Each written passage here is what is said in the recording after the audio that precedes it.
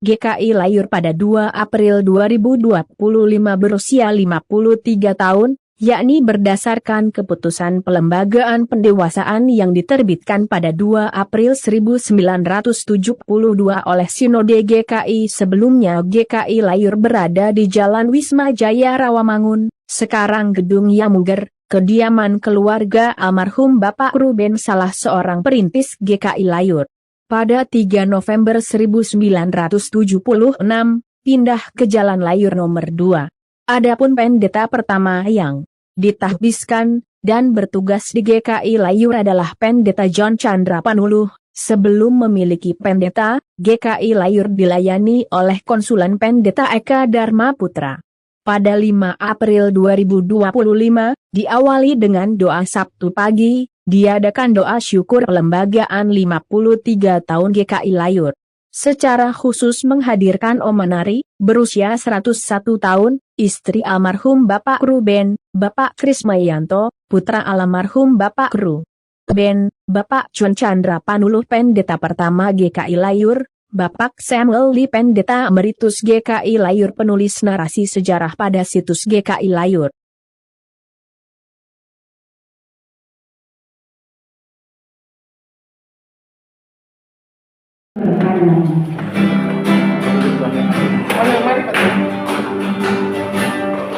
Kami naikkan syukur padamu, kami naikkan syukur padamu, syukurlah kasih-Mu yang mulia, kami naikkan syukur padamu, kami naikkan syukur, kami naikkan syukur padamu, kami naikkan syukur padamu, syukur dan kasih-Mu yang mulia, kami naikkan syukur padamu. Mari kita tolong doa. Mari kita awali dengan doa. Bapa dalam surga, kami bersyukur atas kasih dan pemeliharaan Tuhan di dalam kehidupan kami masing-masing dan juga jemaat di mana kami ada. Tuhan, kami kalau menoleh ke belakang, karya-Mu sungguh ajaib dan besar melalui saudara-saudara kami dan saat ini melalui senior-senior kami. Kami belajar bagaimana karya Tuhan terus berlanjut dari generasi demi generasi, dan kami bersyukur atas perjalanan GKI Layur yang tahun ini sampai ke 53 tahun. Biarlah mengingatkan kami untuk mensyukuri atas kasih dan karya Tuhan itu. Terima kasih Bapa, kami mau menyerahkan acara sederhana kami hari ini hanya di dalam nama Tuhan Yesus Kristus. Amin. Amin. Terima kasih Pak Seth. Ya, seperti tadi saya sampaikan, silakan Pak Dedi.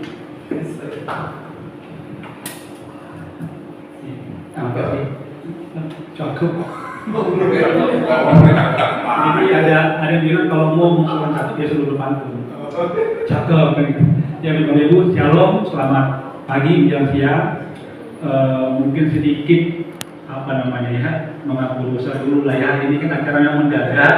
Ini acara sifatnya kalau Iwan bilang ini silent, nyaris nggak kedengar karena memang kita waktunya mepet juga persiapan Bapak Ibu.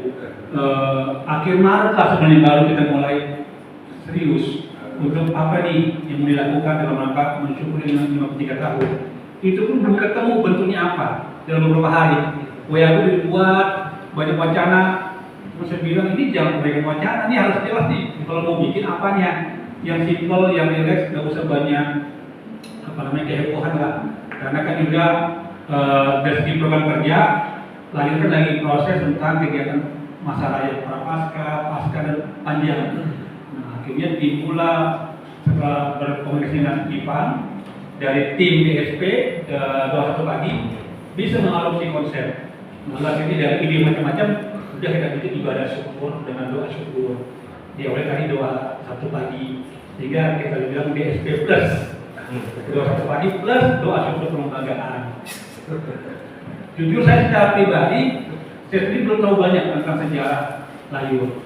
Tapi bersyukur ketika saya baca website, ada tulisan sejarah di website Layur yang ternyata bocorannya itu Pak Sem salah satu yang menyusun. Nanti benar-benar Pak Sem bisa testimoni. Itu saya lihat, wah ini menarik nih sejarah Layur.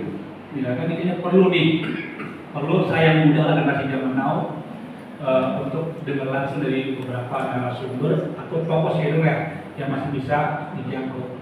Puji Tuhan kemarin kami sudah menjumpai Pak John sebagai pendeta pertama di Layur dan Om Mahanari sebagai keluarga yang awalnya waktu itu kedapatan tempat untuk ibadah di Australia.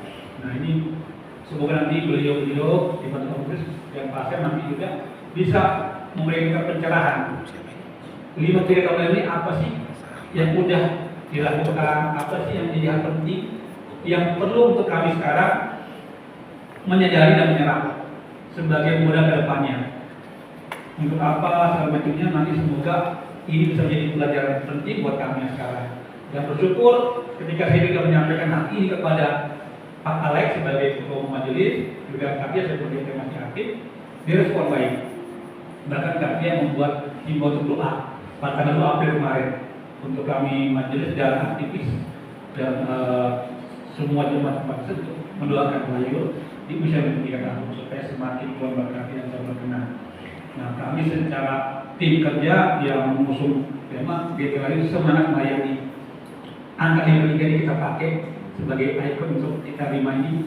Ini momentum penting. Turun jaga 50 tahun lebih. Ya, semoga Tuhan berkenan untuk 5 tahun ke depan juga Tuhan tetap jaga. Dan kita setia melayani melayani. Nah, ini sudah hadir para jemaat senior seperti tadi yang dikatakan Pak Deo untuk berbagi pengalaman sharing. Nanti bersama-sama kita nikmati sejarah Layur dan kira-kira ini kedepannya kita mau bikin apa, kita juga belum tahu. Kita mulai Pak Alex dengan Katia, apakah nanti di mungkin yang ke-55 tahun barangkali paling angkat kembali ya. Nah, mungkin bisa ada satu yang lebih bisa dipersiapkan dari sejak ini. Kira-kira demikian yang bisa kami sampaikan di sini kan. Tuhan Yesus memberkati.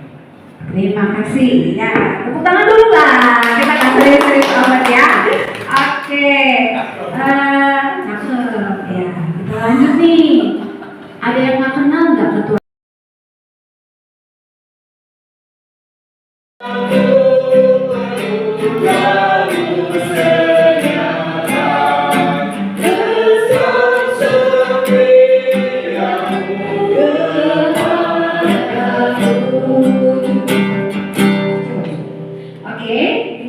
Pindah ke Jalan Layur, tadinya di Wisma Jaya, rumahnya Pak Ruben, ya. Jadi pindah ke GKI Layur. Maaf ya, Iya, nggak apa-apa. sering kalau bicara sering lupa Ya. otaknya mulai. Sebelumnya tadinya di rumahnya Pak Ruben, Wisma Jaya, tapi kemudian entah gimana rupanya ada seseorang yang menyumbangkan tanah yang di GKI Layur di rumah di Layur itu. Waktu itu dibangun gereja di situ berupa rumah biasa, jalannya masih jalan tanah. Ya, sebelahnya itu ada gedung rumah yang pemiliknya majikan dari pabrik tekstil di Bandung. Dia kasih tahu mau dijual itu rumah. Kemudian tempat dibangun di GKI Layur yang kecil itu rumah, dibeli tanah sebelah itu dibangun jadi satu. Jadi sampai sekarang ini rumah gedung rumah itu rumah biasa. Jadi yang keluar rumah bagian ini ya Om ya? Baru Itu bagian itu yang keluar. Oh sebelah sana dulu. Gereja dulu. Sini. Oke. Itu dari tahun 70 berapa itu? Enggak. 74 ya. Itu Masih tanah ya. Masih tanah. Masih tanah. Belum ada Patokan-patokannya. patokan. Itu yang sekarang rumah yang pertama yang sekarang jadi Alfamart. Alfamart. Itu saya kira ini nomor 1, nomor 2 ya. Oke, jadi sudah ada masalah sedikit ya. Terima kasih. Padahal kita beralih ke rumah dan Jadi kalau kasih persaudaraan kan maunya ngumpul, ya ngumpul ngapain? Ya salah satu memang benar-benar persekutuan, ya. Jadi mulai dari situ, ya diperluas lagi, ya tentu akhirnya ngajak keluarganya, anak-anaknya, ya sehingga muncullah remaja, gitu ya, anak-anak, ya. Dan memang disitulah muncul, kalau saya boleh bilang, guru-guru sekolah minggu yang benar-benar luar biasa Tuhan tempatkan, luar biasa, yaitu banyak katakan anak-anak didik dari guru sekolah minggu ini itu benar-benar jadi anak-anak yang berhasil, bukan secara hanya ekonomi tapi juga dalam pelayanan. Saya cukup tahu itu kurang lebih saya berumur 50 tahun karena salah satu dari sekolah minggu ini ada TK Simungil, mama yang sampai sekarang saya kelola. Ya, jadi saya kenal gitu ya pelayanan sekolah minggunya, guru-gurunya, itu mereka benar-benar ini yang saya belajar. Mereka itu melayani dari hati. Dari hati maksudnya gini, kalau mereka ngajar anak-anak, mereka menganggap itu anak mereka sendiri. Kalau anak mereka sendiri, tentu cara mengajarnya beda dibanding kalau anak orang lain.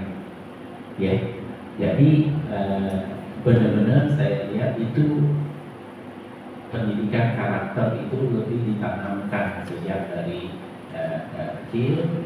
Karakter yang bagaimana? Karakter yang mencintai akhirnya Tuhan, mencintai katakan firman Tuhan, ayat Alkitab, mengenal apa dipahami dengan cukup baik. Nah itu yang saya lihat, itu hanya karena kasih karunia Tuhan. Enggak semua guru bisa melakukan itu, ya. Dan itulah mungkin yang saya lihat kalau Tuhan bekerja, ya. Nggak ada yang mustahil sih, semua muncul ya dipersiapkan begitu saja ya. iya. Mungkin Oma mau menambahkan, Oma menyiapkan apa ya, kemarin udah cerita sama kita, mungkin Mami, Bapak Ibu di sini mau dengar.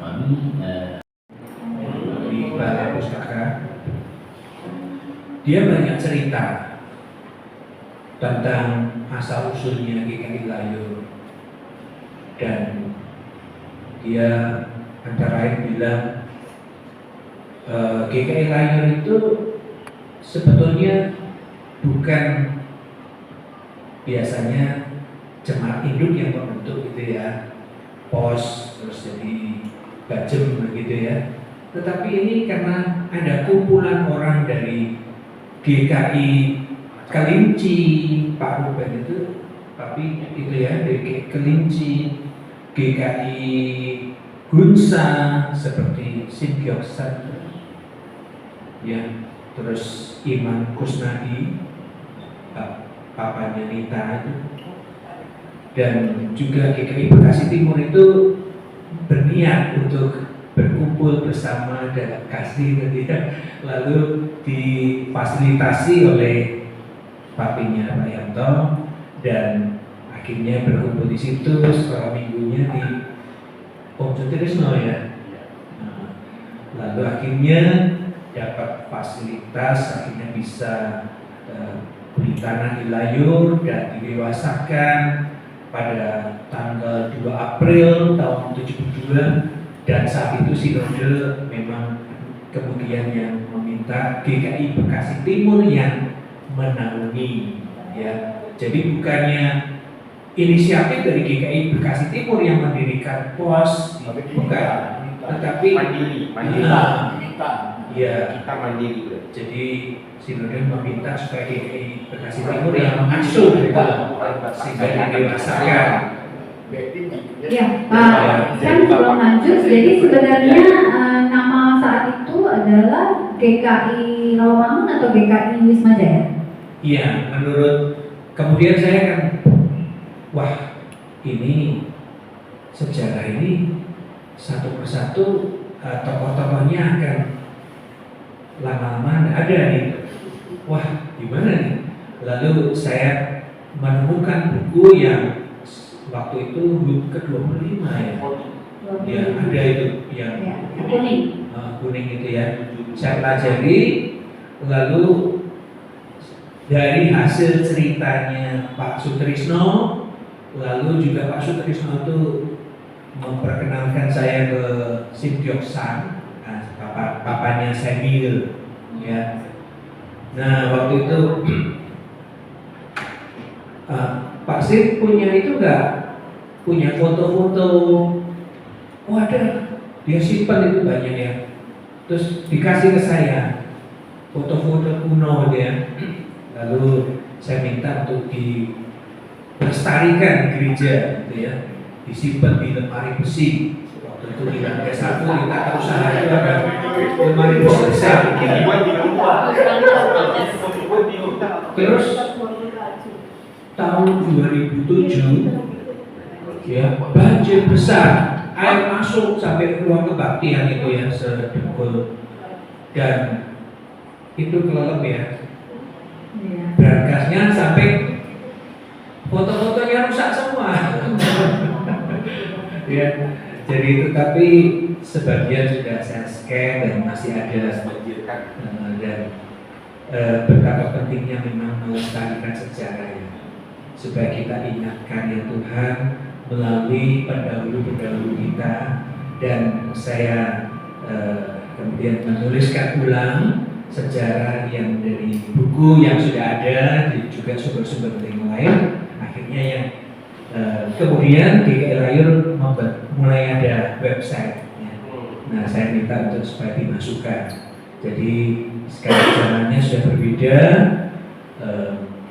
tentu sejarah itu akan disimpan secara online ya, dan kita mengingat benar orang-orang yang disebutkan di sini ternyata akhirnya sudah dipanggil Tuhan. Sekarang hanya satu-satunya Ibu Nari ya. Luar biasa loh, Ibu Nari satu. Luar biasa. Jadi kita bersyukur, inilah cara Tuhan bekerja melalui GKI Layur ya. Iya Pak, pertanyaan saya belum dijawab. Jadinya GKI Rawamangun atau GKI Wisma Jaya? Saat itu Rawamangun disebut Rawamangun ya, tetapi terus ganti sebab ada di Tenggiri itu disebut Rawamangun sebetulnya. Kalau GKI biasanya dinamai sesuai jalan, bukan lingkungan. Jadi GKI misalnya GKI Rawamangun bukan. GKI waktu di pos Wisma Jaya, GKI Wisma Jaya, setelah pindah ke GKI Layur. Jadi ada GKI Wahid Hasim gitu. Nama muslim. Walaupun namanya Muslim banget. Muslim banget. Adi Agus Salim. Malah Yusuf. Jadi sejak tahun 72 itu masih namanya GKI Rawamangun, tapi tahun 74 sudah dapat tanah di Jalan Layur, baru kemudian GKI Layur. Wisma Jaya masih GKI Rawamangun. Iya. Wisma Jaya masih GKI Rawamangun. Iya. Di sini beberapa tahun GKI Rawamangun kemudian jadi GKI Layur. Iya. Oh, jadi tetap ya yang di GKI belakang ini tetap GKI Rawamangun, nggak Ya. double. Mereka Setelah belakangan. nggak kita pakai. ya, Pakai lagi. Mereka belakangan. mereka belakangan sih. Oke, berarti tetap GKI Rawamangun ya. Oke, terakhir nih pertanyaan buat ketiga. 53 tahun GKI Layur, ya, harapan dan kesan buat kita semua. Mulai dari Pak John, boleh? Kalau saya selalu mengingatkan majelis jemaat ya, apa sih tujuan dari gereja? Apa tujuan dari gereja? Itu yang seringkali dilupakan, bahwa tugas kita membentuk gereja persekutuan untuk apa? Gereja bukannya perusahaan, bukannya perusahaan mencari keuntungan, tapi gereja adalah lembaga yang diutus Tuhan untuk memberitakan Injil. Itu yang menjadi utama dalam pelayanan kita. Jadi tujuan kita bukan untuk kepentingan diri kita sendiri, tapi kepentingan untuk pemberitaan Injil. Oleh karena itu, salah satu jemaat GKI yang banyak membuka pos-pos dan akhirnya mendirikan gereja-gereja, mendewasakan gereja, salah satunya adalah GKI Layur. GKI Layur mulai dengan GKI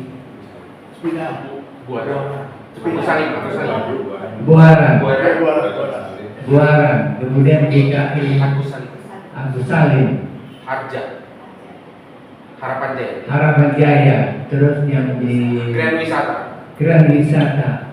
Jadi tujuan gereja adalah memberitakan Injil, bukan mencari keuntungan. Itu saja. Terima kasih. Terima kasih Pak John. Silakan Omar mau kasih pesan buat kita. 53 tahun GKI Layur. Pesan apa Om? Pakai bahasa Inggris kali. Budaya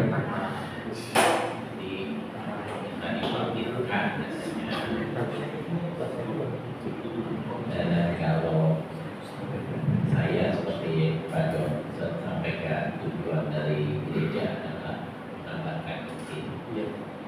Dan pengabaran Injil itu kadang-kadang orang bilang, waduh saya nggak bisa nih mengabarkan Injil. Ya, nah sebetulnya lebih penting bagi saya balik kepada core-nya, yaitu keluarga. Ya, kalau kita bisa menciptakan keluarga yang benar-benar harmonis, penuh cinta kasih, peduli, gitu ya, itu merupakan kesaksian yang sebetulnya menjadi pekabaran Injil itu sendiri. Baik itu buat orang yang tinggal bersama kita, ya artinya bisa saja membantu, bisa saja saudara-saudara sendiri. Kalau kita tanya, mungkin belum semua saudara-saudara kita kan, ya mungkin mengaku percaya pada Tuhan, ya. Bahkan kadang-kadang bisa saja kita jadi batu sandungan, ya, bagi mereka. Jadi mengabarkan Injil dan ya mulailah dulu dari keluarga, dijagalah keluarga itu, keluarga. Nggak mudah memperjuangkan keluarga yang harmonis, mendidik anak-anak, pasangan suami istri, ya itu saya merasakan sendiri karena kebetulan saya sempat jadi orang tua tunggal dan istri pertama saya dipanggil pulang, ya. Jadi akhirnya bertanya apa sih sebetulnya makna yang penting bagi kita dan anak-anak.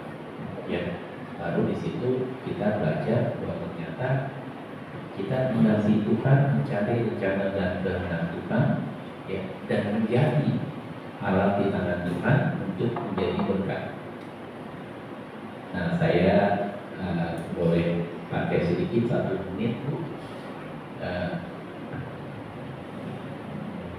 Saya ini yang merasakan Tuhan mengatakan berkat anugerah itu dari Tuhan, dan saya rasakan benar.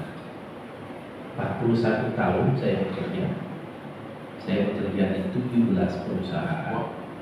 Ya. Tidak ada satupun pekerjaan itu yang saya lamar. Itu semua dari Tuhan. Jadi ketika misalnya Tuhan membutuhkan di tempat tertentu untuk melakukan hal tertentu, Tuhan tempatkan. Setelah tugasnya selesai, Tuhan pindahkan.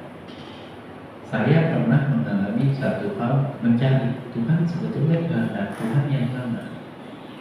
Saya pernah bekerja, kalau secara manusia, kalau kita sudah bekerja di posisi bagus, di perusahaan bagus, saya kerja di Procter & Gamble, ya, ini bagus, ya, posisinya juga bagus.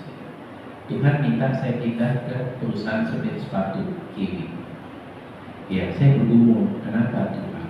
Karena secara akademik susah dipahami. Masuk lagi. Jadi saya masuk, setelah 3 bulan di sana saya baru paham. Ternyata saya di sana itu membawahi 700 sales promotion job. Nah, SPG ini ternyata banyak yang dilecehkan, misalnya. Bahkan sebagian hamil. Ya, jadi saya menyadari bahwa ini panggilan Tuhan untuk Tuhan menghadirkan keadilan dan kebenaran. Ya, jadi benar itu semua yang menjadi. Masalahnya nggak akan terselesaikan. Kenapa? Karena salah satu otaknya adalah direktur personalia, manajer marketing, manajer sales, direktur personalia. Ya, nah kebetulan yang ditempatkan di sana saya dan salah satu atasan saya orang Filipina. Orang Filipina Katoliknya kuat. Jadi ketika kita berdua menyadari itu, kita terpanggil, kita harus peduli. Nah, itu salah satu contoh bahwa pekerjaan itu memang Tuhan hadirkan, ya, untuk menjadi kemudian bagi teman-teman. Saya juga pernah misalnya masuk di situ juga bermasalah, banyak korupsi dan sebagainya. Dibenarkan, dilurusin, tapi otomatis kalau dilurusin mereka itu akhirnya nyerang balik dengan dukun, bukan 1-2 dukun. Tapi kalau Tuhan yang memang melindungi kita, ya, itu sama sekali kita tenang dan benar, sampai akhirnya kembali justru kepada mereka yang menggunakan dipanggil Tuhan. Ya. Jadi saya melihat hidup kita ini kadang-kadang bukan hanya untuk kepentingan kita, ya, tapi untuk kepentingan Tuhan. Yang terakhir saya baru menyadari juga ketika saya pensiun, namanya orang pensiun kan nggak punya duit, ya.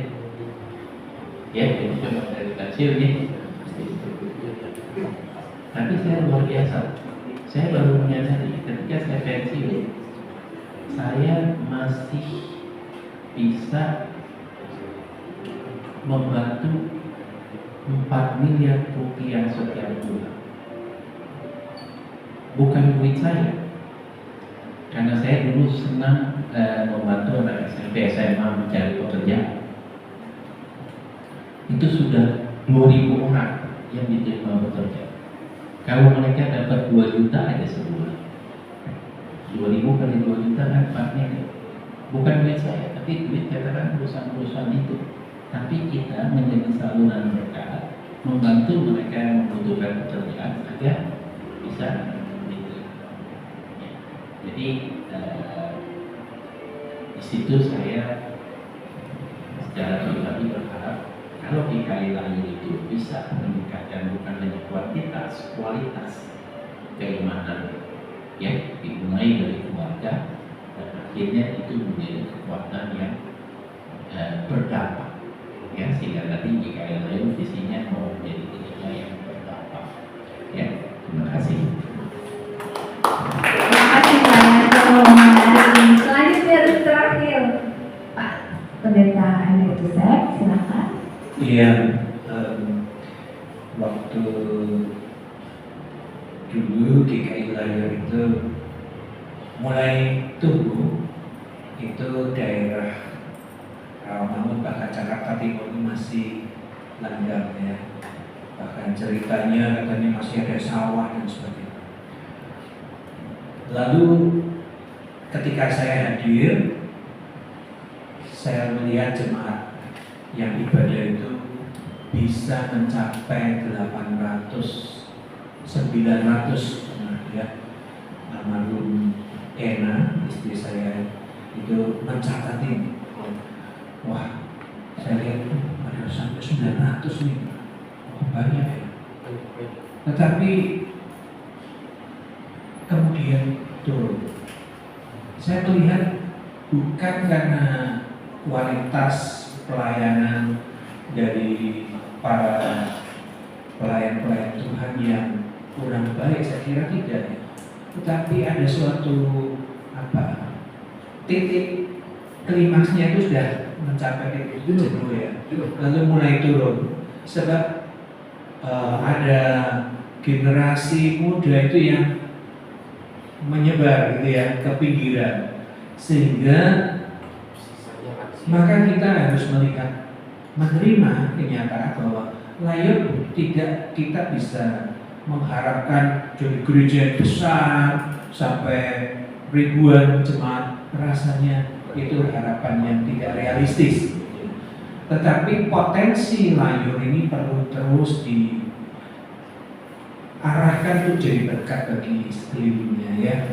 Jadi saya kira itu benar seperti Pak Christian bilang ya, kualitas ya, bagaimana kualitas dari keluarga, dari pembinaan yang ada, dan itu bisa menular. Mereka yang sekolah sampai pindah ke tempat lain bisa jadi berkat di tengah-tengah mereka. Itu pun adalah karya yang Tuhan sudah berikan kepada kita. Dan saya melihat dari pendahulu-pendahulu kita sudah begini. Terima kasih, itu saja. Terima kasih, kita berikan tepuk tangannya. Baik, tetap di tempat duduk aja. Ya, kita menyanyikan lagu Bersyukur. Bersyukur.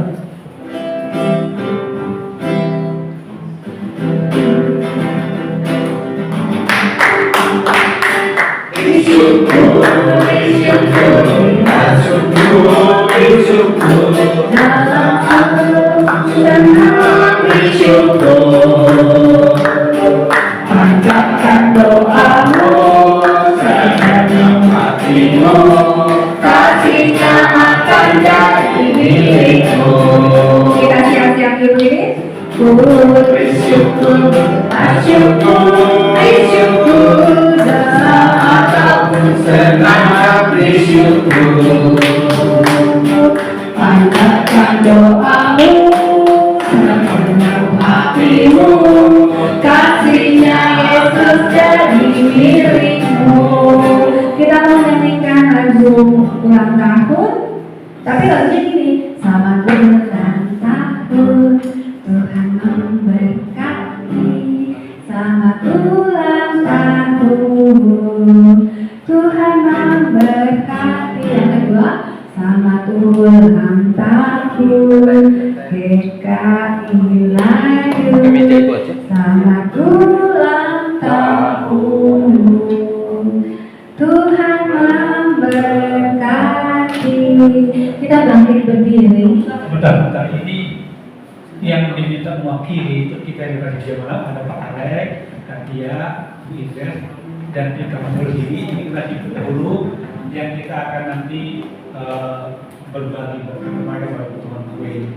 Jadi kita tahu sini, nanti kita tahu sini. Ya, nanti kita nyanyi dulu. Kita mungkin boleh ambil tasnya, jadi nggak video. Kita pakai kipas aja.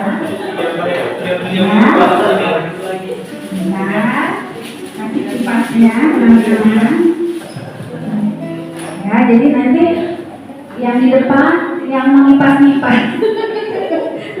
langsung aja. Jadi Kak, bukan ditiup tapi Jadi dikipas. langsung ditiup. Kipas. Ya. Sate. Iya, sate. Oma juga boleh ikut-ikut. Baik, Kak. Betul. Iya. Ya, nanti dalam potong kuenya mungkin akan kita tolong Kak Esa yang potong ya Kak. Ya, nanti akan ada penyerahan, nanti saya akan panggil. Ya, kita nyanyikan sekali lagi selamat ulang tahun.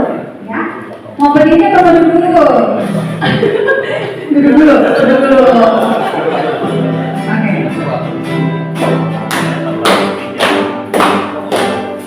Selamat ulang tahun Tuhan memberkati.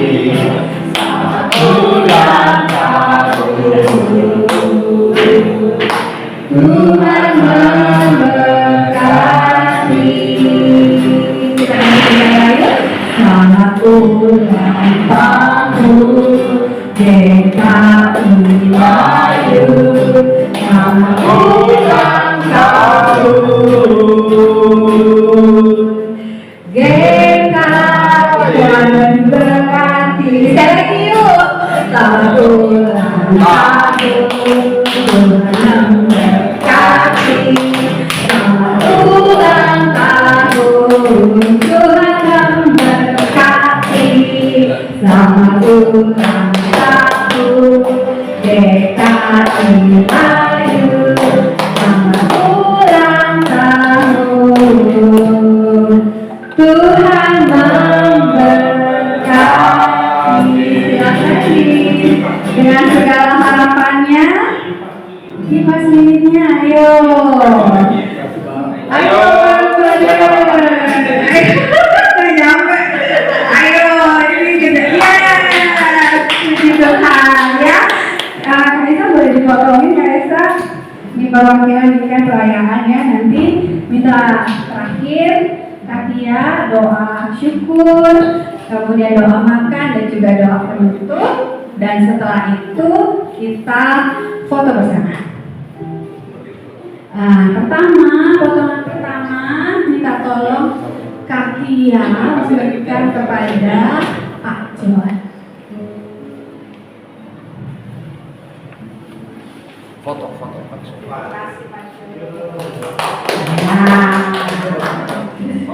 Nah, ada fotonya nih. Foto dulu. Bisa. Mari. Acara berakhir sampai di sini. GKI Layur teruslah melayani.